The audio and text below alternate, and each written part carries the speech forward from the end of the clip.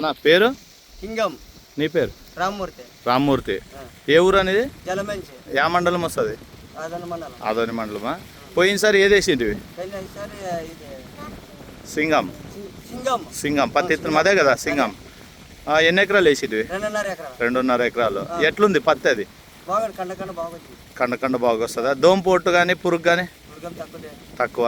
దోమకి తక్కువే కదా. ఎన్నిసార్లు కొట్టావు స్ప్రేయింగ్ మందులు? 8 సార్లు. నీళ్ళ కిందనా పెట్టిండి? అది భూమి మంచి భూమేనా ఇది?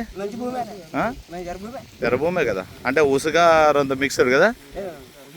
ఎర్రభూమి మొత్తం ఎర్రభూమే. ఇక్కడ అంతా ఎర్రనాళ్ళే. ఎట్లా పత్తి తీసేకి బాగా వచ్చిందా మీకు? కండ వచ్చిందా? ఏమన్నా ఇరుకు అట్లా వచ్చిందా? ఏం రాలే. ఏం ఇరుకైతే ఏం రాలే. కూలోళ్ళు ఎవరైనా వచ్చిన వాళ్ళు చెప్పింటారు కదా ఎట్లుంది ఏమని. కాయగి అవునా? మనం ఎవరికైనా రైతులు చెప్పచ్చా సింగము? ఈసారి కొత్తగా కిక్ 9కి వచ్చారే నేను చెప్పిన దానికి.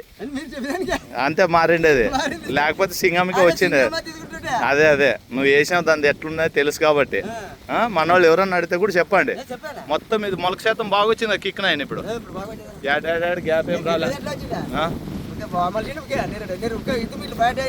అంటే వాన వచ్చి కొద్దిగా ఇదైంది లాస్ట్లో. చాలా మంది అదే చెప్తున్నారు. ఇది పైన సేన అన్నది ఎన్ని క్వింటాలు వచ్చింది? 20 క్వింటాలు వచ్చిందంటే ఇది 20 క్వింటాలు వచ్చి అన్న చెప్పే ఇప్పుడు. నా పైసేని 20 క్వింటాలు వచ్చింది చూడప్ప ఎకరాకనే. బాగా వచ్చింది.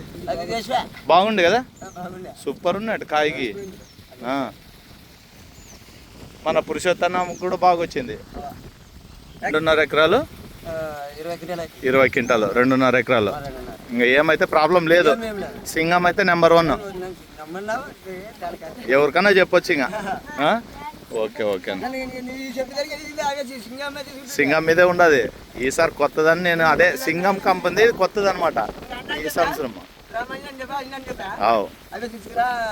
వాళ్ళు కూడా నన్ను అడిగింది సింగం అంటే. సింగంని ఇది చేంజ్ చేసుకుని అర్థం ఇప్పించాను. ఈసారి చూద్దాం మనం.